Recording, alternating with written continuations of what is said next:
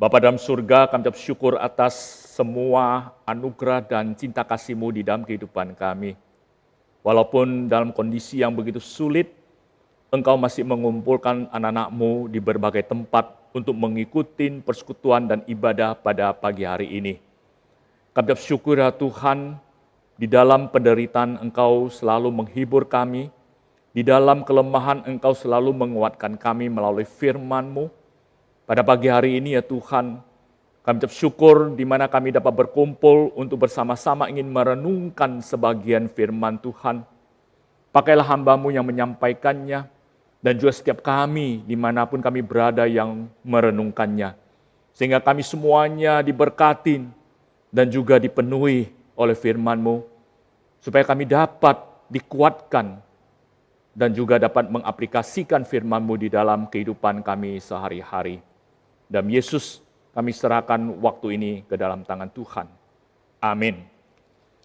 Shalom, ibu-ibu, para wanita yang saya kasih dalam Tuhan Yesus Kristus. Pertama-tama saya ingin perkenalkan diri saya, karena ini baru pertama kali melihat ibu-ibu ataupun wanita-wanita yang ada di tempat ini. Nama saya Jonathan Tanujaya. 中文名是程礼和. Saat ini saya dipanggil untuk melayani di Komisi Kaleb sebagai pembina. Saya ucap syukur kepada GKI Puri, kepada hamba Tuhan dan juga segenap majelis yang percaya kepada saya. Terutama pada pagi hari ini, saya ucap syukur kepada Komisi Wanita, ya, GKI Puri, Semu dan teman-teman yang mengundang saya untuk merenungkan firman Tuhan pada pagi hari ini. Tema yang diberikan kepada saya yaitu Allah masih memegang kendali. Dari tema ini muncul ada dua pertanyaan. Pertanyaan yang pertama yaitu, benarkah Allah masih memegang kendali? Jika iya, mengapa masih banyak penderitaan, kesulitan, dosa, sakit penyakit yang kian hari kian banyak? Mengapa? Hal yang kedua yaitu, kemungkinan besar Tuhan sudah tidak bisa mengendalikan lagi. Maka ada sebagian yang berpendapat Tuhan hanya bisa menciptakan segala sesuatu yang baik. Tapi setelah dirusak oleh manusia, Tuhan seolah-olah sudah lepas tanggung jawab, lepas tangan, tidak lagi membantu ataupun menolong kondisi supaya lebih baik lagi. Nah, sebetulnya pemikiran ini muncul yaitu tidak adil sekali. Karena sering sekali manusia menghubungkan masalah-masalah yang terjadi dalam kehidupan kita dengan ketidakpedulian Tuhan. Benarkah Tuhan tidak peduli? Benarkah Tuhan tidak memegang kendali dalam kehidupan kita? Padahal semua yang terjadi itu akibat daripada perbuatan manusia sendiri ataupun dosa daripada manusia ini. Salah satu keinginan manusia yaitu pada saat dia lagi mengalami banyak kesulitan, banyak kendala, ataupun banyak penderitaan. Supaya apa? Supaya Tuhan cepat-cepat menolong dia dan juga supaya masalah ini cepat berlalu. Dan banyak orang juga percaya bahwa jikalau saya memiliki iman kepada Tuhan, maka hidup saya pasti lancar, hidup saya pasti nyaman, segala sesuatunya pasti oke. Tidak ada penderitaan ataupun kesulitan lagi yang akan saya hadapin. Ini adalah sebuah konsep yang salah. Ada sebuah lagu yang sangat indah, ya, yang sering dinyanyikan, yaitu semuanya baik. Ya. Semua baik, sungguh teramat baik. Benarkah semuanya baik? Sehat baik? Sakit baik? Kaya baik? Apakah miskin juga baik? Apakah Tuhan baik di dalam segala kondisi manusia? Apakah Tuhan selalu baik di dalam kesulitan kita? Memang banyak hal yang kita tidak bisa mengerti saat ini. Banyak hal yang kita selalu bertanya, why, mengapa? Mengapa hal itu terjadi dalam keluarga saya? Bukan kepada orang lain. Ini egois sekali. Mengapa penderitaan ini saya alami? Padahal saya adalah anak Tuhan yang setia melayani, yang setia beribadah, yang setia berdoa, baca firman Tuhan. Tapi mengapa itu tetap terjadi? Apakah Tuhan tidak peduli? Apakah Tuhan tidak mengendalikan kehidupan saya? Ibu-ibu yang saya kasih dalam Tuhan Yesus Kristus, mari kita melihat sebuah kejadian yang dicatat oleh Lukas. Kitab Lukas pasal yang ke-8, ayat ke-22 sampai ke-25. Saya akan membacakannya. Judul di dalam Alkitab ditulis, angin ribut diredakan. Pada suatu hari Yesus naik ke dalam perahu bersama-sama dengan murid-muridnya. Dan ia berkata kepada mereka, marilah kita bertolak ke seberang danau. Lalu bertolaklah mereka. Dan ketika mereka sedang berlayar, Yesus tertidur. Sekonyong-konyong turunlah taufan ke danau, sehingga perahu itu kemasukan air, dan mereka berada dalam bahaya. Maka datanglah murid-muridnya membangunkan dia. Katanya, Guru, Guru, kita binasa. Ia pun bangun, lalu menghardik angin dan air yang mengamuk itu. Dan angin dan air itu pun reda, dan danau itu menjadi teduh. Lalu katanya kepada mereka, di manakah kepercayaanmu? Maka takutlah mereka dan heran. Lalu berkata seorang kepada yang lain, siapa gerangan orang ini, sehingga ia memberi perintah kepada angin dan air, dan mereka taat kepadanya. Demikian pembacaan firman Tuhan pada pagi hari ini. Berbahagialah kita yang membaca, merenungkannya, dan dapat mengaplikasikannya di dalam kehidupan kita sehari-hari. Awal kisah ini dicatat di dalam firman Tuhan, ataupun Markus mencatat bahwa Tuhan Yesus yang mengajak murid-muridnya naik ke perahu bersama dengan dia dan menyeberangin melalui danau tersebut. Saya lagi berpikir, siapa sih yang tidak mau ikut? Ini adalah sebuah hoki besar. Ini adalah sebuah hal yang sangat indah sekali. Tuhan Yesus mengajak saya. Tuhan Yesus yang memanggil saya untuk naik perahu ini. Belum tentu dia mau kan. Nah demikian juga murid-muridnya. Pada saat itu Yesus mengajak mereka. Dan mereka ikut.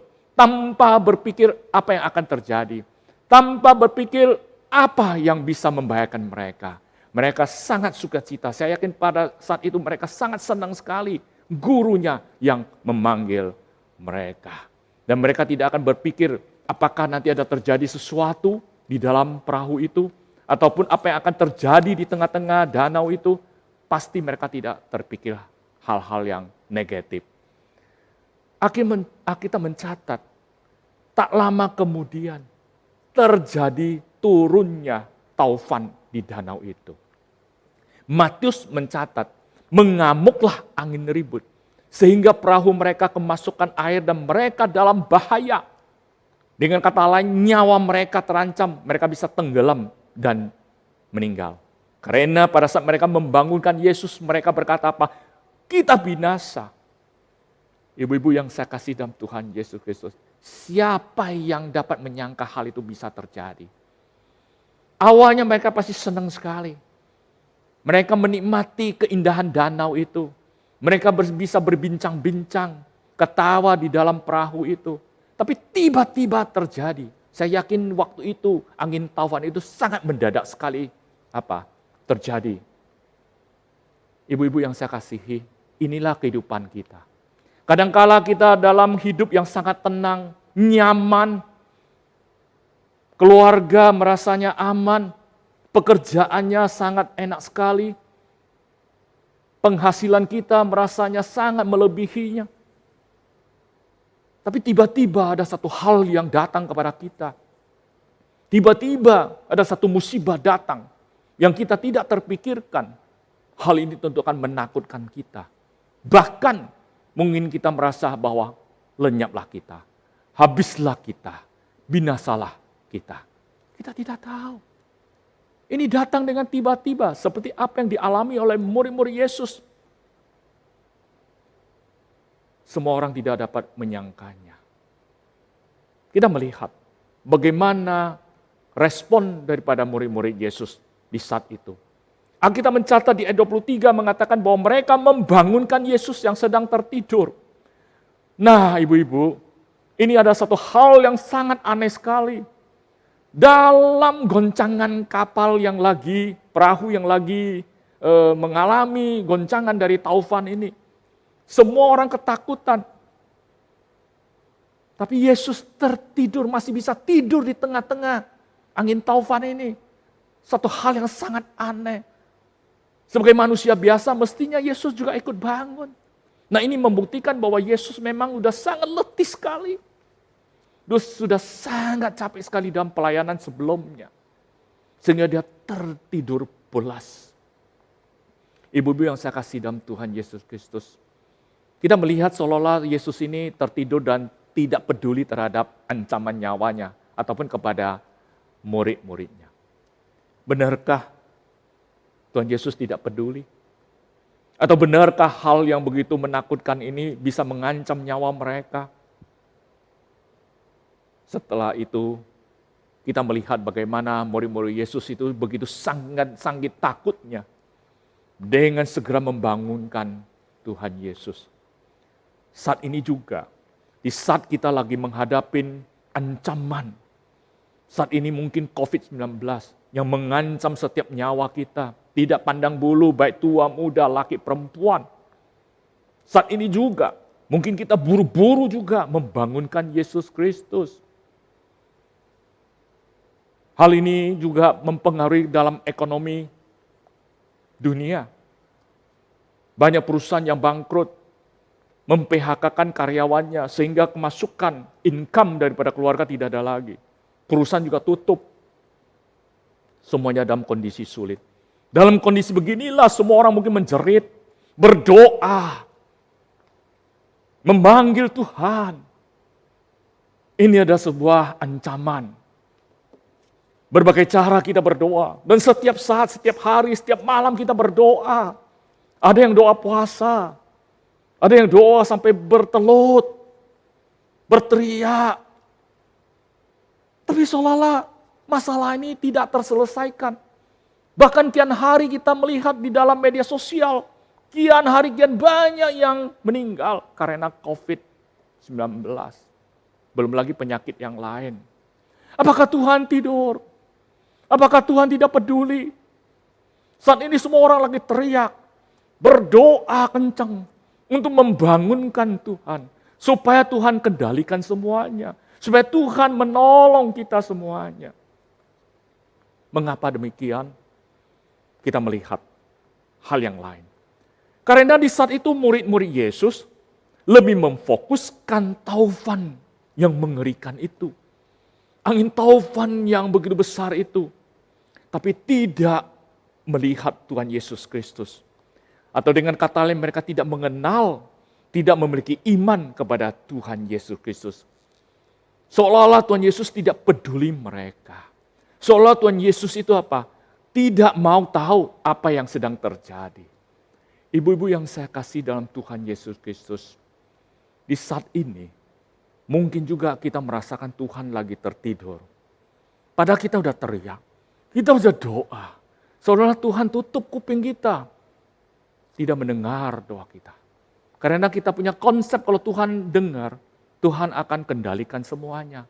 Dan sekejap saja semuanya terselesaikan. Ibu-ibu yang saya kasih dalam Tuhan Yesus Kristus, inilah yang perlu kita belajar. Di saat manusia melihat sebuah situasi melebihi daripada iman kepada Tuhan, maka yang terjadi yaitu ketakutan, kekhawatiran, putus asa, ataupun kekecewaan yang terjadi. Bahkan mungkin kita bisa meninggalkan Tuhan. seolah-olah kita marah kepada Tuhan. Kenapa Tuhan tidak peduli kepada kita? Di dalam Alkitab, saya bisa kasih satu contoh, satu tokoh yang terkenal yang namanya Ayub. Di saat dia lagi mengalami musibah, hartanya habis semuanya, anak-anaknya pun meninggal. Tidak ada satu orang pun yang seolah dapat menolong dia. Istrinya juga nggak bisa. Teman-teman baiknya juga nggak bisa. Tapi dalam kondisi yang demikian, dia tetap tidak berbuat dosa. Alkitab mencatat dia tidak berbuat dosa. Dia tidak mau kecewa kepada Tuhan. Dan dia tetap percaya kepada Tuhan. Dan hidup di dalam kesalehan. Mengapa demikian? Ada satu hal yang saya pelajari atau kita mau pelajari dari Pak Ayub. Yaitu mata rohaninya melihat Tuhan. Melebihi daripada mata jasmaninya melihat penderitanya. Itulah iman. Itulah iman. Di mana iman sanggup diberi kekuatan oleh Tuhan untuk menghadapi segala malabahaya, segala penderitaan. Ibu-ibu yang saya kasih dalam Tuhan Yesus Kristus, marilah kita buka mata rohani kita supaya kita bisa belajar iman itu sendiri. Iman itu pemberian Tuhan. Iman itu bukan kita terima dari kasat mata kita, tapi itu adalah sebuah anugerah yang Tuhan berikan. Permasalahannya yaitu sanggupkah atau dapatkah kita memiliki iman yang demikian itu. Jangan ada orang lagi lancar imannya baik. Tapi begitu ada masalah, imannya juga masalah.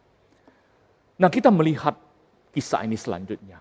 Setelah Tuhan Yesus dibangun oleh murid-muridnya dan dia menghardik angin ribut itu dan segera itu reda. Mereka selamat. Tidak ada ancaman lagi. Pertanyaannya, setelah hal itu terjadi, apa perkataan Yesus kepada murid-muridnya? Dalam Matius mencatat, mengapa kamu takut? Kamu kurang percaya. Little faith. Lukas mencatat, di manakah kepercayaanmu? Where is your faith? Di manakah iman? Ternyata menghadapi segala sesuatu bukan dengan kemampuan kekuatan kita atau pikiran kita. Tapi yang kita butuh saat itu yaitu apa? Iman kita. Maka Tuhan tanya, di manakah imanmu? Mengapa imanmu begitu kecil? Bukankah kalian sehari-hari mengikuti saya? Mestinya sudah banyak mengenal Yesus. Ibu-ibu yang saya kasih dalam Tuhan Yesus Kristus. Di sini kita bisa belajar satu hal. Iman itu terjadi bukan ditentukan oleh berapa lama kita melayani Tuhan. Bukan berapa lama kita menjadi pengurus. Bukan berapa lama kita mengenal dalam tanda kutip yaitu membaca firman Tuhan, mengenal Tuhan Yesus Kristus. Nah, iman itu harus nyata di dalam kehidupan kita sehari-hari. Supaya kita baru bisa mengenal siapakah Tuhan yang masih mengendalikan situasi ini. Ataupun di dalam kehidupan kita. Mungkin kita tidak tahu kapan penderitaan itu akan selesai. Mungkin kita tidak tahu kapan semuanya itu bisa terselesaikan. Ayub berkata di kitab Ayub pasal pertama ayat 21. Dengan telanjang aku keluar dari kandungan ibuku. Dengan telanjang juga aku akan kembali ke dalamnya. Tuhan yang memberi, Tuhan yang mengambil, terpujilah nama Tuhan. Di ayat 22, dikatakan dalam kesemuanya itu Ayub tidak berbuat dosa dan tidak menuduh Allah berbuat yang kurang baik. Apa maksudnya? Ayub sadar bahwa keberadaan dia, eksistensi dia di dunia ini karena Tuhan. Segala sesuatu yang dimilikinya, termasuk nyawanya juga, jangankan harta, itu juga milik Tuhan. Tuhan kalau mau beri, terima kasih. Tapi Tuhan kalau mau mengambil, terima kasih juga. Karena semuanya adalah milik Tuhan, bukan milik saya, milik dirinya. Inilah adalah sebuah iman, pandangan rohani yang sangat indah sekali. Kita perlu belajar bagaimana cara pandang Ayub terhadap kehidupannya. Dalam kesemuanya ini ada 3 hal yang saya ingin berikan kepada ibu-ibu semuanya untuk kita pelajari. Pertama, Tuhan bisa saja mengizinkan sesuatu terjadi di dalam kehidupan kita. Seperti halnya Tuhan mengizinkan iblis untuk mencobain Ayub. Tujuannya apa? Tujuannya juga Tuhan ingin menguji iman kita. Inilah ujian dari Tuhan. Saya tidak mau katakan cobaan dari Tuhan. Ujian dari Tuhan. Ada ujian baru bisa naik kelas. Seorang anak kalau mau naik kelas, mau naik tingkat, dia harus melalui ujian. Demikian juga iman. Iman itu harus diuji. Setiap hari, setiap saat diuji. Dan yang memberi ujian itu ya dari Tuhan. Supaya apa? Iman kita kian hari, kian baik, kian mantap. Karena apa? Karena kita tidak tahu kapan datangnya masalah. Kapan bisa tiba-tiba datang satu musibah di dalam kehidupan kita. Kita tidak tahu. Waktu saya kuliah juga demikian. Setiap kali yang mau masuk di dalam kelas yang mau diajarkan oleh dosen, kita harus siapkan semuanya. Karena di waktu itu tiba-tiba dosen kita ini bisa kasih kita apa? Ujian, tes kecil. Tujuannya yaitu dosen kita harus tahu apakah kita mempelajarinya. Demikian juga. Jadi firman Tuhan yang kita dengar bukan sekedar simpan di dalam akal budi kita atau dalam hati, tapi aplikasikan di dalam kehidupan kita. Hal yang kedua yaitu hidup bukan sesuai dengan apa yang kita inginkan, tetapi apa yang Tuhan inginkan. Yaitu sesuai dengan kehendak Tuhan. Bukan saya yang menentukannya, tapi Tuhan. Manusia boleh berpikir, berencana semuanya. Tapi sekali lagi, kembali lagi bagaimana cara Tuhan untuk mengendalikan kehidupan kita. Mazmur 121 ayat 1. Demikian firman Tuhan. Jikalau bukan Tuhan yang membangun rumah, sia-sialah usaha orang yang membangunnya. Jikalau bukan Tuhan yang mengawal kota, sia-sialah pengawal berjaga-jaga. Percayakah kita? Manusia boleh berusaha apapun juga. Tapi jikalau Tuhan tidak ikut campur tangan di dalamnya, maka sia-sialah. Kita boleh merencanakan sesuatu untuk memprotek kita, untuk melindungi kita. Tapi ingat, musibah yang datang itu bisa tiba-tiba dan bisa menghancurkan itu semuanya. Di saat itulah yang kita butuh, bukan harta lagi.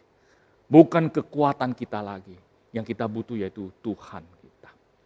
Yang harus sesuai dengan apa yang Tuhan inginkan. Poin yang ketiga yang kita pelajari dari perikop ini yaitu bahwa Tuhan ingin kita selalu bersandar pada Dia.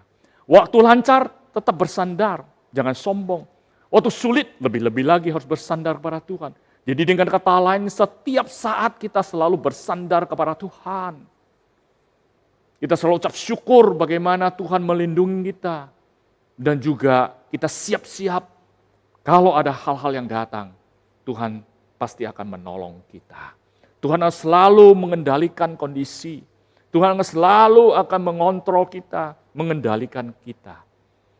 Tuhan mengendalikan keadaan ataupun mengendalikan kita, bukan berarti masalah itu selesai, tidak.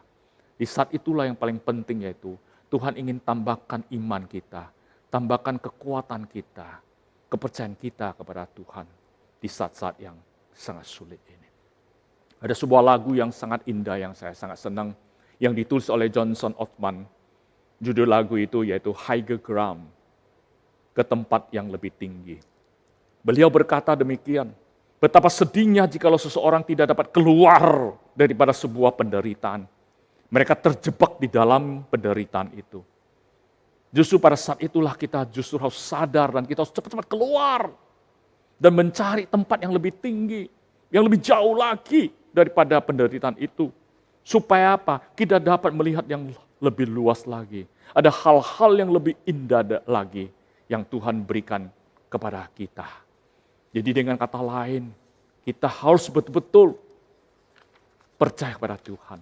Kita betul-betul harus tahu bahwa Tuhan mampu mengangkat kita keluar daripada penderitaan itu. Walaupun penderitaan itu tetap ada. Saya berkata demikian bukan berarti saya mengajak kita lari daripada kenyataan. Bukan taupi sense. Tapi kita tetap mentui sense. Kita tetap menghadapi masalah itu. Tapi dengan cara yaitu lihat cara sudut pandang dari Tuhan untuk melihat sesuatu masalah ini. Ibu-ibu yang saya kasihi, kiranya firman Tuhan pada pagi hari ini dapat menguatkan kita. Saat ini saya tidak tahu apa yang kita alami. Mungkin sakit penyakit, mungkin masalah ekonomi, mungkin masalah keluarga, mungkin masalah pekerjaan. Saya tidak tahu, Tuhan tahu. Marilah kita tetap percaya kepada Tuhan. Bersandar kepada Dia. Karena kita yakin dan percaya Tuhan tidak pernah tidur. Secara fisik Dia tidur. Tapi Dia adalah Tuhan kita yang tidak pernah tidur. Dia tahu apa yang kita alami. Dia tahu apa yang kita butuhkan. Dan Dia tetap mengendalikan segala masalah. Percayalah kepada Dia. Mari kita berdoa. Bapa dalam surga, kami bersyukur untuk firman-Mu yang sudah kami renungkan bersama. Mampukan kami ya Tuhan. Saat ini mungkin Tuhan lagi menguji iman kami. Di saat iman kami goncang goyang oleh taufan yang besar, oleh masalah yang besar, Tuhan tambahkan iman kepada kami. Khususnya kepada keluarga kami yang saat ini lagi menghadapi ancaman daripada COVID-19 ini. Masalah ekonomi, masalah kesehatan, terlebih-lebih masalah kerohanian kami. Mampukan kami ya Tuhan, sehingga kami dapat terus percaya kepada Tuhan, yang bersandar kepada tangan Tuhan, supaya kami tetap bisa menjalani hidup ini penuh dengan iman. Berkati firman-Mu, dan berkati setiap kami yang mengaminin firman-Mu. Dalam Yesus kami berdoa dan mengucap syukur. Amin.